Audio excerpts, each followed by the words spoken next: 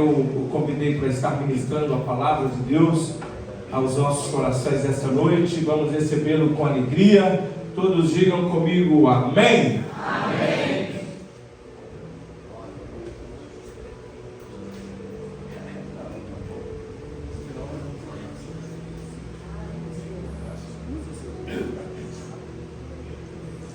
Salve Cristo. Amém. Boa noite a todos, prazer estar aqui mais uma vez. Quero agradecer mais uma vez ao pastor Divino pela oportunidade, pela responsabilidade de estar aqui. Semana eu me azeitei um pouco, ainda não estou 100%, ainda estou com a voz um pouquinho ruim, estou muito engripado. E minha esposa não está aqui hoje por isso, porque eu acho que eu passei pequenininho, pegou e está com febre, tossindo, então eu fico em casa com ele, porque os irmãos sabem que ele fica quietinho sentado na cadeira, né? Fica na salinha, que é uma maravilha. Então, como ele fica muito quietinho, ele chega em casa, ele só quer ir lá para fora. Ele está tossindo, chega a engasgar de tanto tossir, mas quer ir lá para fora, ficar no frio. Então eu fico em casa com ele hoje.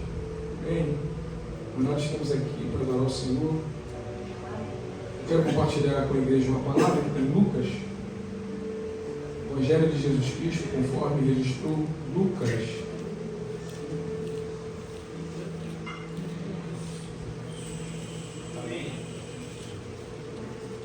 Lucas capítulo 15. Quero ler com os irmãos do 11 ao 24. Não vou fazer a leitura do texto todo, mas eu tenho que fazer do 11, do 11 até o 24. Se você quiser ficar de pé, você pode ficar de pé. É um texto conhecido. Ele tem como título a parábola do filho pródigo. Parábola significa colocar ao lado. Então, parábola significa colocar ao lado. Literalmente, a palavra parábola, parabole, no grego. Colocar ao lado, colocar junto dele, para fazer uma comparação. Então, Jesus conta uma história. A gente não sabe se ela é verídica ou não, mas que através dessa história nós tiramos lições para a nossa vida. Você encontrou, diga amém? Tem a cola ali. Ajudou, né, Júlio? Ajudou com a cola. E disse: certo homem tinha 2 filhos, e o mais novo deles disse ao pai: pai, dá-me a parte da herança que me cabe. E ele dividiu seus bens com eles.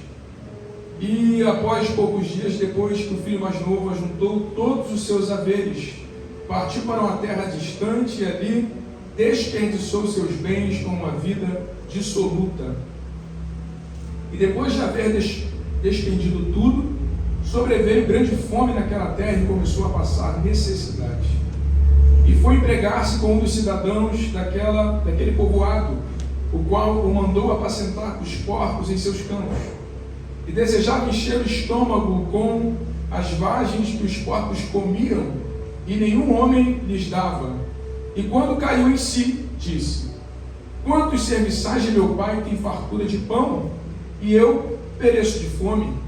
Levantar-me-ei, irei até meu pai, e dir-lhe-ei: pai, pequei contra o céu e perante ti. Já não sou digno de ser chamado teu filho.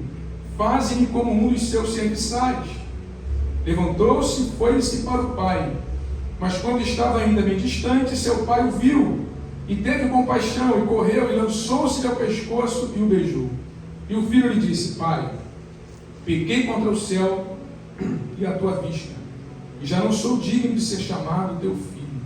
Mas o pai disse a seus serviçais: trazei o melhor do manto, e vesti-lhe, ponde-lhe um anel na mão e calçados nos pés, e trazei aqui o novilho cevado e abatei-o, e comamos e alegramos, porque este meu filho estava morto e reviveu, estava perdido e foi achado.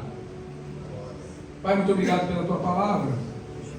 Nós louvamos o teu nome mais uma vez, te rendemos graças. Senhor, eu peço que o teu Espírito Santo faça aquilo que eu não posso fazer, que ele vá onde eu não posso ir, para que o teu nome seja glorificado, e a nossa fé, a fé da tua igreja seja fortalecida pela tua palavra, em nome de Jesus. Você pode dizer amém? Amém. Pode sentar, meu irmão, adorando o Senhor.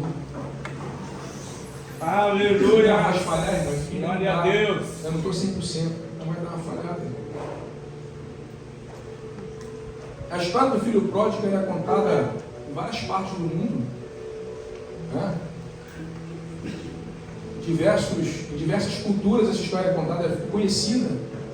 Mesmo em ambientes que não tem conexão com o povo judeu ou com a igreja, né, com os cristãos, a história é conhecida, é usada como ilustração para ensinar lições sobre vários aspectos da vida. Você sabe que esses títulos que vêm nos textos, como aqui, ó, na minha versão é King James, ela diz assim, Jesus conta a parábola do filho pródigo. Né? Esses títulos eles foram colocados posteriormente, eles não estão no texto original, né? Para facilitar o estudo do texto, facilitar para você se organizar quando você vai estudar a Bíblia. Então, tem esses títulos aí que posteriormente foram colocados, como também os capítulos e versículos surgiram também posteriormente, para facilitar o entendimento. Então, ele coloca o filho pródigo, prodigalidade, no grego significa esbanjador. Né? A tradução literal seria esbanjador. Quando Jesus conta a história desse filho, ele está contando a história de um filho desperdiçador. Né? Alguém que desperdiça amor, desperdiça oportunidades, desperdiça amizades, desperdiça bênçãos. Né? O esbanjador é aquele que desperdiça tudo, e de fato há muitos desperdiçadores, né, Simar? Tem muito desperdiçador por aí, e muito esbanjador por aí. A verdade é essa, né? Tanto lá fora, infelizmente, quanto no nosso meio. Tem muita gente que desperdiça amor, desperdiça oportunidades, desperdiça relacionamentos, desperdiça amizades. Esse jovem se torna um esbanjador, né, um desperdiçador, a partir do momento que ele é enganado pelo pecado. Porque o pecado ele nos engana. Né? O apóstolo Paulo fala isso em Romanos 7,11, ele fala sobre o fato de o pecado enganar. Não dá para a gente aprofundar isso agora, a gente não tem tempo hábil para isso. O autor da carta aos Hebreus, ele também diz que nunca haja em vós um mau coração infiel para se apartar do Deus vivo, que ninguém se endureça pelo engano do pecado. Ele fala sobre essa preocupação de você se endurecer e de você ser enganado pelo pecado. E o meio que o pecado usa para nos enganar é a nossa própria mente. Né? O pecado usa a nossa própria natureza para nos enganar. Verdade. É por isso que Tiago diz, Tiago 14,15, ele diz, cada um é tentado e engodado quando atraído pela sua própria cobiça ou concupiscência. Ele diz, havendo a concupiscência concebida da luz do pecado, o pecado sendo consumado, ele gera morte. Então, quando ele fala de atraído, seduzido, engodado, a ideia, né? A ilustração que se tem na mente do que Tiago está dizendo é como alguém que prepara uma isca e coloca no anzol. Sabe, dependendo do que você vai pescar, você vai usar uma isca específica para pescar o que você quer pescar. E assim é a tentação. A isca é posta no anzol, não é isso? É posto no anzol o que te atrai. Tá? Então as palavras gregas ali significam isso, colocar a isca no anzol, e depois que você consegue capturar sua presa, você a arrasta. Porque a tentação faz isso, ela nos arrasta. Você é arrastado por ela. A partir do momento que você dá espaço para ela entrar na sua vida, ela vai ganhando espaço até chegar o momento que ela vai literalmente te arrastar. Porque você não consegue mais resistir àquela tentação, você já mordeu a isca. Meu Deus, é assim mesmo. Ser enganado, irmãos, é ser iludido. Quando você é iludido, a palavra ilusão significa da ideia de quando a sua visão ela está distorcida, a sua percepção das coisas ela é distorcida. Não conseguimos enxergar as coisas como elas realmente são. Quando você é enganado pelo pecado, você não consegue enxergar as coisas como elas realmente são. Na cultura oriental, o pai poderia até dividir a herança, se quisesse, e dividir com os filhos e dar herança. Agora, o filho pedir ao pai herança era algo incomum. Não é você pedir herança para o pai, você matar o pai em vida. Me dá a herança aí, não é verdade? Mas ele pede a herança Porque ele já está enganado pelo pecado, ele já está seduzido pelo pecado, a sua visão já está distorcida, ele não consegue mais enxergar as coisas como elas realmente são. Então ele já está no processo de ser arrastado por aquele anzol que ele pegou. Isso é aqui dentro, é lá fora, em qualquer lugar, porque a história do filho pródigo, ela atrai pessoas, como eu disse, que não tem nada a ver com o cristianismo, não é? Mas ela também tem lições para nós, que confessamos a nossa fé em Cristo. Também tem lições para nós. O primeiro engano que eu vejo no filho pródigo, está no texto, o primeiro engano é que ele pensou que não era feliz. Sabe, quando você está num ambiente propício, um ambiente de felicidade, um ambiente favorável, um ambiente de provisão, mas de repente você olha à sua volta e você não está feliz. Já ouviu alguma história assim? A pessoa vai e conta: olha, eu achei que eu era infeliz, mas agora é que eu estou infeliz. Eu saí de onde eu estava porque eu pensei que lá eu estava infeliz, mas agora que eu tinha tudo, eu não sabia que eu tinha tudo, agora que eu sei que eu tinha tudo e agora eu não tenho nada. O primeiro engano que ele comete é que ele pensa que não é feliz. O engano do pecado influencia a nossa visão de vida, das coisas à nossa volta. Quando você não consegue perceber corretamente a realidade, você toma decisões equivocadas. Talvez você veio aqui nessa noite e está prestes a tomar uma decisão equivocada, e Deus trouxe você aqui para redirecionar você. Aleluia! Para te dar uma direção certa para a decisão equivocada que você pensou em tomar. A primeira coisa que influencia a visão do jovem é a comparação que ele faz entre a vida que ele tem na casa do pai e a vida que ele poderia ter longe da casa do pai. Que mundo é esse, pastor? Longe? O mundo dos prazeres, o mundo da vida, o mundo da farra, o mundo da curtição, o mundo que ele pensava que tinha para oferecer aquilo que iria satisfazê-lo. Agora eu fiquei pensando: por que ele está infeliz? Por que ele quer sair?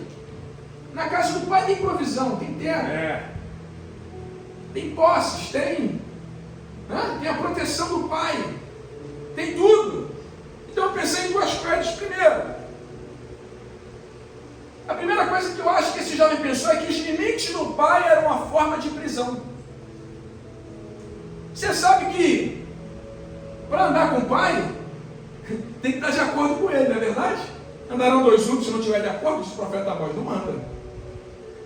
Se você pegar o texto de Amós, ele está falando de andar com Deus. A gente pega para aplicar o próximo argumento. A interpretação do texto é andar com Deus. Para andar com Deus tem que estar de acordo. Então ele diz: andarão dois juntos, se não estiverem de acordo, não vai andar. Então esse jovem, ele pensa que os limites do pai é uma forma de prisão, irmãos. E coisa triste quando a gente chama a liberdade de prisão e pensa que prisão é que é liberdade, porque é isso que acontece. Ele pensou que estava preso. Isso é uma realidade. Tem muitos jovens, às vezes, na igreja. Às vezes o pai é crente, a mãe é crente. Ele frequenta a igreja, ele vai ao culto, mas às vezes ele vai arrastado. Às vezes o pai ainda detém alguma autoridade sobre ele. Graças a Deus que tem pai que não tem nem autoridade mais. É verdade. Ele exerce alguma autoridade e ainda consegue levar o filho, mas eu não estou dizendo que tem que obrigar o filho para a igreja. Presta atenção no que eu estou dizendo. Tem que obrigar, arrastar, não é isso que eu estou falando. Não tire conclusões precipitadas. Não, o que eu estou dizendo é que o pai já exerce alguma autoridade, a gente leva o filho. Mas às vezes o filho vem arrastado, ele não quer estar aqui. Talvez você venha aqui e você nem queria estar aqui. Porque você pensa que está aqui é estar preso. Servir a Deus tem muita regra. Servir a Deus é muita exigência, tem que mudar muita coisa. Eu não vou entregar minha vida para Jesus, não, porque se eu entregar eu tenho que mudar. Tadinho, tenho pena de você. Se você pensa que você é capaz de mudar alguma coisa em você mesmo, você já está derrotado. Não somos capazes de mudar por nós mesmos. É verdade. Precisamos dele para mudar. Você está entendendo essa noite? Foi ele que disse, João 15,5, na última parte do versículo: sem mim nada podeis fazer, inclusive mudar. Você não pode mudar sem ajuda dele, não se engane. Tudo que o diabo quer é te enganar, para você sair daqui e pensar que não tem jeito. Mas quem te ajuda é ele. Quem te sustenta é ele. Quem te levanta é ele. Quem te capacita é ele. Quem faz a você não é capaz de mudar por si mesmo. Se fosse assim, Jesus não teria vindo. Se fôssemos capazes, Jesus não tinha morrido na cruz. Você está entendendo até aqui? Às vezes o filho pensa que o pai é retrógrado. Meu pai é retrógrado, é ultrapassado. Eu fiz faculdade. Meu pai nem estudo tem, é ignorante. Não é assim?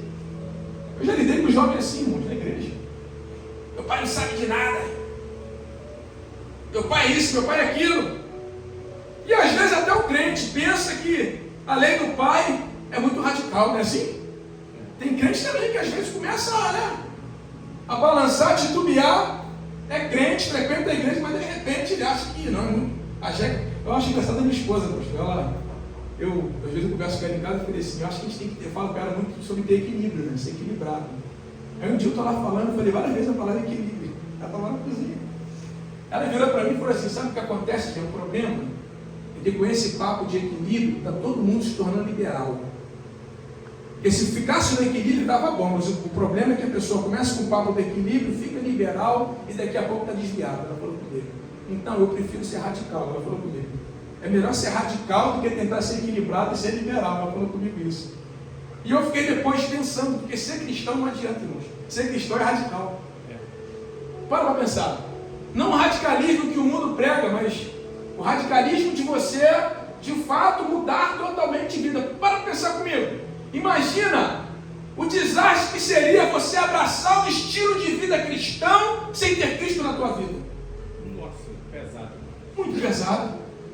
Se você abraçar esse estilo de vida sem ter Cristo na sua vida, meu irmão, você está fadado ao fracasso. Porque ser cristão significa ser parecido com Ele. Aleluia! Então tem que estar junto com Ele. Glória a Deus! Então se Ele não está na sua vida, sobra só você. Eu digo a verdade. Mesmo com Ele, de vez em quando eu olho para mim e falo, meu Deus, eu sou ruim demais. Eu sou muito ruim, eu tenho que melhorar. É verdade. Tem dia que em casa eu fico assim pensando, eu falo para mim, eu acho que eu sou o pior crente que tem lá no Reviver, acho que eu sou o pior. E mano, é brincadeira, não, Deus sabe que eu não estou mentindo. Eu falo para ela em casa, acho que eu sou o pior que tem lá, sou eu.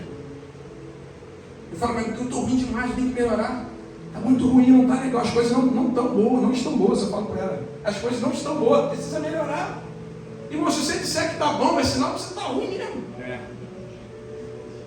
O maior sinal que as coisas, né, tem uma chance de mudar é você reconhecer que está ruim, que precisa mudar, porque se você não reconhecer.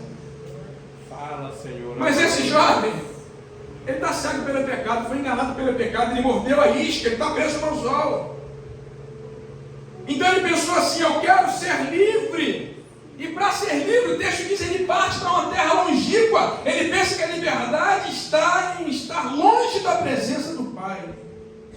Versículo 13.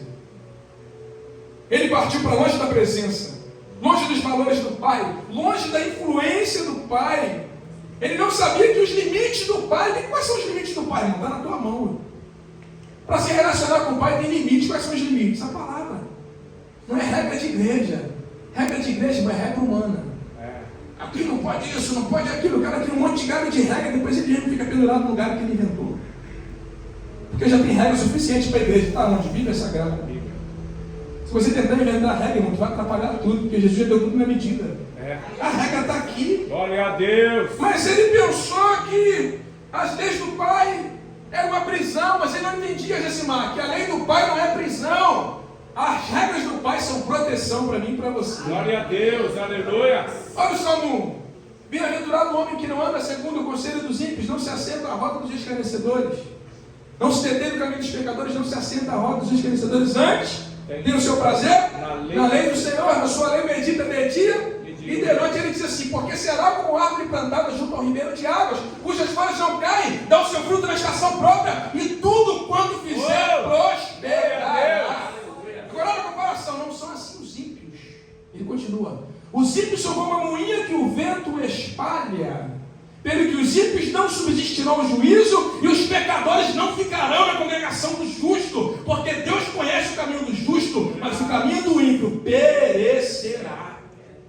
E olha para o texto, a comparação que ele faz. Ele diz que o ímpio é como a moinha que o... Você sabe o que é moinha? Quer para pensar? Não tem lá o processo da joelha, separar a palha do trigo? Aí não tem a palha? Não tem a palha? A moinha é a pior parte da palha. É aquele pó de palha que fica no chão, aquilo que é a moinha. Diz que o ímpio é como pó de palha. Nem palha é. É pó de palha. O que significa, pastor? Qualquer vento que sopra, leva. Infelizmente, mas a gente tem muito crente de palha, não tem? Qualquer vento que vem está sendo levado. Não é assim? Olha para esse jovem, estava dentro da casa do pai, estudando a presença do pai e está sendo levado. E está sendo levado. Meu Deus. Porque ele pensou, quero ser livre. Foi o que a serpente falou para Eva, come do fruto que você vai ser livre, você vai ser igual a Deus. Mas ao invés dela ser promovida, ela foi rebaixada, né? A proposta do diabo era promoção. Ela pensou, vou ser promovida agora, mas ela foi rebaixada desse irmão. Saiu do jardim do Éden. Não é assim? Pastor, em que mais que o jovem se enganou? Segundo engano, eu vou falar de alguns enganos, não de todos. Porque Deus não dá tudo para uma pessoa só. Deus dá um pouquinho para mim, um pouquinho para você, um pouquinho para o outro. Então eu vou falar de alguns enganos. Então o segundo engano que ele comete, ele pensou que possuía alguma coisa. É um outro engano que a gente comete, pensa que possui alguma coisa. É assim ou não é? Olha aí, no capítulo 15, no verso 14, na parte A, e depois de haver despendido tudo. Ó, desperdiçou o quê? Tudo. Fala comigo, tudo. Tudo. Um dos enganos do pródigo é o engano de muita gente, às vezes até de crente. É de pensar que possui alguma coisa. Tudo que somos e tudo que temos vem de quem? Deus. Fôlego de vida. Deus. Deitar e levantar. Deus. O hoje. Deus. O amanhã. Deus. A saúde. Deus. A beleza. Deus. Os talentos. Deus. As habilidades. Deus. Veio tudo de onde? Veio dele, tudo dele. Veio tudo dele. Tudo isso é preservado pela presença do Pai. Longe do Pai, tudo foi consumido. Acabou tudo, meu amigo. Na presença do Pai, aquilo era preservado. É assim na nossa vida. É assim na nossa vida. A gente cansa de ver isso. Eu me lembro de uma jovem que tinha lá na igreja. Na época eu não era o pastor, era o vice do pastor. E tinha uma jovem na juventude que chamava muita atenção, cabelão. E a gente liderava jovens. Eu conversei com ela, falei, minha filha, tem conceito que você está assim, assim, assim, você tem que tomar cuidado. Chegou uns meninos novos lá. Ele toma cuidado. Ele toma cuidado porque é o diabo que está querendo te laçar. E aí conversei com ela e ela não gostou muito. Eu tinha líder de jovem na época. Irmão, poucos meses depois, o menino novo que chegou lá ficou atrás dela, ficou perturbando até ela ceder. Cedeu, arrumou uma criancinha para criar, né? Arrumou um menininho. Criança é bênção, tá? Não estou dizendo que criança é ruim, não. Criança é bênção, fala comigo, é bênção. Ele não tem culpa de nada. Mas ela arrumou um nenenzinho. E o rapaz? Pernas para que te pegam. É assim. Que a tua beleza é preservada na casa do Pai, na presença do Pai. Está longe do Pai? Até a beleza vai embora. Não é assim? Até a beleza vai embora. Tudo que você tem se consome. Tudo que você tem se desgasta, porque o que você tem é preservado, porque você está na presença dele. Sabe da presença? Tem gente que está na presença, você olha para ele, você está brilhando. O cara se afasta da presença, tu encontra com ele na rua, parece que foi atropelado por um caminhão, não é assim? Tu olha para a cara da pessoa, está batida, está olhando para baixo, está, sabe? Afastado da presença. Esse jovem pensou que possuía alguma coisa. Na presença do Pai tudo dura, mas longe do Pai tudo se consome. Sabe por quê? Porque você só consegue ser a melhor versão de si mesmo na presença do Pai. Aleluia. Tudo que Ele criou você para ser, você consegue ser na plenitude na presença do Pai. Aleluia. Longe do Pai você nunca vai ser a melhor versão de você mesmo. Nunca, nunca, nunca. Você sempre vai ser a tua pior versão. Deus trouxe você aqui nessa noite para te dizer, seja a melhor versão de si mesmo. Ei, seja a melhor versão de você mesmo, porque você tem um exemplo perfeito, que é Jesus. Sabe o que mais ele se engana? Está no texto.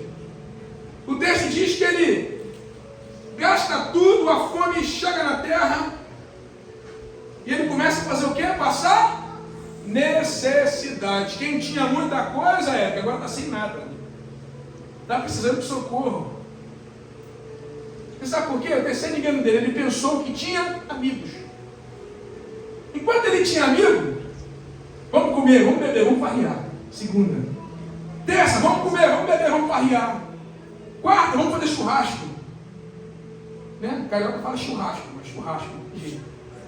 Não dá para falar churrasco. Não consigo não. Conseguiu. É churrasco mesmo. Conseguiu. Mas não consigo naturalmente, é só forçando. Naturalmente não sai. Então, é churrasco, é festa, não é isso? Gasta, esbanja, não é assim? Aí tem amigo. E na vida real é assim também, irmão. Não é só na parábola não, porque a parábola aqui é a ilustração da vida real. É verdade. Na nossa vida é assim também. Tu já viu que a pessoa, se a pessoa tem problema com álcool, rapidinho aparece uma meia dúzia para pagar por uma garrafa de cachaça? Sim ou não? Vamos ali beber, não, você dinheiro, eu vou pagar para você. Vamos lá que eu compro você a garrafa, bota a garrafa para você. Agora, se você precisar de uma cesta básica, cabra paga a cachaça, paga cigarro, paga droga, paga bebida, mas a cesta básica não tem não. Estou apertado, não tem dinheiro não. Se precisar de uma ajuda, ele te nega, mas agora para gastar junto com você, ó. Ninguém apareceu assim para ele, ó, vem cá que nós vamos gastar o meu agora, nós gastamos o seu, agora vamos gastar o meu, não, todo mundo saiu fora. Tem muita gente que tem prazer em pagar coisa ruim para os outros, mas coisa boa, irmãos. Sabe quem é um verdadeiro amigo? O verdadeiro amigo é o pai, que ama você como você é. Você está entendendo? Que te ama independentemente do que você tem. Que Deus Jesus, mesmo sabendo que você e eu, né, não temos nada para oferecer em troca. Romanos 5,8, Paulo diz que Deus prova o seu amor para conosco, em que Cristo morreu por nós, sendo nós ainda pecadores. Mesmo você sem merecer, ele foi para a cruz. Glória a Deus. Obrigado, Senhor. Mesmo sem merecer, ele foi para a cruz por você. Irmãos, isso é o que nos faz não desistir. É verdade. Porque todo mundo já pensou ou pensa em parar em algum momento da trajetória. Porque essa parábola aqui não é sobre alguém que não é crente, é sobre alguém que às vezes está aqui dentro. Está na igreja, está participando, está frequentando. É assíduo. Está aqui fisicamente, mas está longe, o coração está distante. A mente está em outro lugar. Não é assim? Ele já estava longe aqui dentro há muito tempo, até decidir sair, já estava longe. Meu Deus. Querendo ir embora, querendo partir, estava iludido. Só que aí o texto diz que quando ele chega no fundo do poço, ele cai em? Sim. O que é que o texto diz? Cai em? Sim. Agora você já reparou que mesmo depois de cair em si, ele comete erro, comete engano? Já reparou isso? Mesmo depois de cair em si é a primeira atitude que ele toma. A atitude correta. Cai em si. Ele percebe a situação que ele está. Agora ele comete um erro ainda, mesmo depois de cair em si. Ele comete um erro, ele pensa em voltar, ele diz assim, vou voltar, porque meu pai tem muita gente lá que vive às custas dele, muitos trabalhadores, ele pensa assim, eu vou pedir ele para que me aceite como um dos teus trabalhadores. Sabe o que eram os trabalhadores aqui? Algumas traduções antigas falam jornaleiros. Se tu pegar aquela, uma meio da revista corrigida antiga, jornaleiro. O trabalhador aqui não era o funcionário fixo da casa, era o diarista. Era o que ia trabalhar um dia para receber o dia e ir embora. Não dormia na casa, não tinha um quarto na casa, não tinha nada. Era o diarista. Trabalha um dia, recebe. Ele está dizendo que meu pai me aceite pelo menos como um diarista. O que ele está dizendo? Aceite-me, meu pai vai me aceitar pelo menos como diarista. Em outras palavras, me aceite como freelance. Né? Pelo menos para ter sustento, ter o que comer. Agora, o que acontece no texto? O pai vai surpreender o filho. Não é o filho que surpreende o pai, voltando. É o pai que surpreende o filho com a atitude. Porque esse filho, ele pensou que conhecia o pai. Ele pensou que conhecia bem o pai. Ele volta pensando assim, você é um diarista. Essa cena, irmão, jamais seria real na cultura oriental. O pai surpreende porque ele sai correndo. O texto diz que ele corre, abraça o filho e o beija. Versículo 20, pesquisa depois. Na cultura oriental, jamais um pai faria isso. Ou seja, essa figura aqui está apontando para o próprio Deus. Porque um pai da cultura oriental não faria isso jamais, sair correndo no meio de todo mundo e abraçar o filho que tinha esbanjado a herança. Jamais faria isso. Então essa figura aqui aponta para o próprio pai.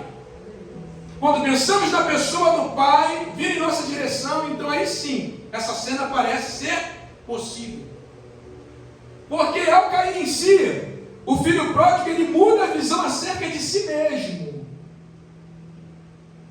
Ele percebe quem ele é de fato, ele percebe que ele não é quem ele pensava que ele era o máximo, que ele tinha posse, que ele podia sair e fazer o que quiser, mas agora ele cai em si e percebe, eu não sou o que eu pensava que eu era. Quando ele cai em si, ele passa a ter uma visão correta de si mesmo, e do cenário à sua volta.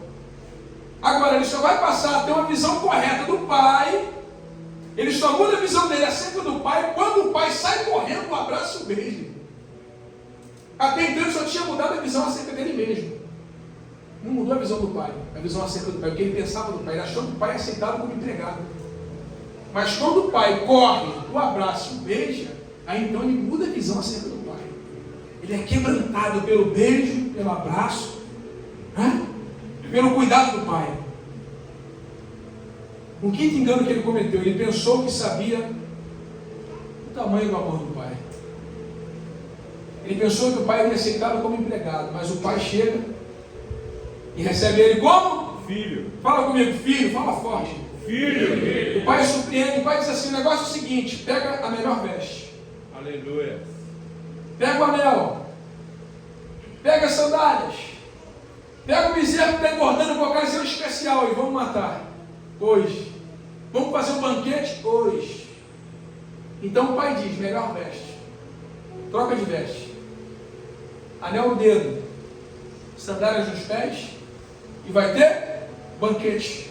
Porque a Bíblia diz que ele se alegra mais por um pecador que se arrepende do que por 99 justos que não precisam de arrependimento. Talvez você está assim, pastor, essa palavra não é para mim, porque eu não estou igual ao filho pródigo. Mas essa palavra é para alguém nessa noite. Alguém veio aqui nessa noite, precisa ou precisou ouvir essa palavra.